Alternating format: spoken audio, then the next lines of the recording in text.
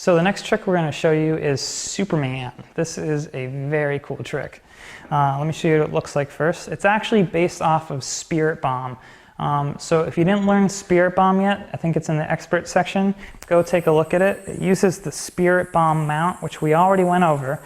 Spirit Bomb mount looks just like that. So make sure you can get into the Spirit Bomb mount and that you can get out of it. Trick Superman is this.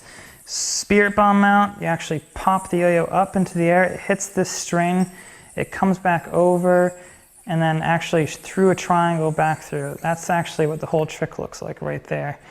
Let me show you one more time in real time.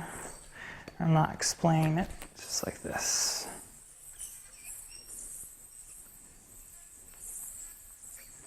That's the whole trick. Part one, what you want to do. Starts with a Spirit Bomb mount.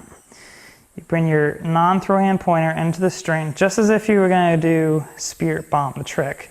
If you remember with Spirit Bomb, the trick, we actually went double onto the string, but we're not going to do that for Superman. You just get this far, and what you want to do is, you see this triangle I have that's on my throw hand right there. The yo-yo is actually going to pop up from the inside, that's the side facing towards your body. It's going to pop up and land through this triangle. So let me show you what this looks like. I pop the yo-yo up and land it through that triangle. And what's that done is it's created this extra wrap on the triangle that's right there. Let me just get out of that real quick so I can show you again what that looks like. So this is just part one of Superman. I pop it up through that triangle just like so. One more time. It's from here. I pop it right up through this triangle. It lands right back on that one string like so.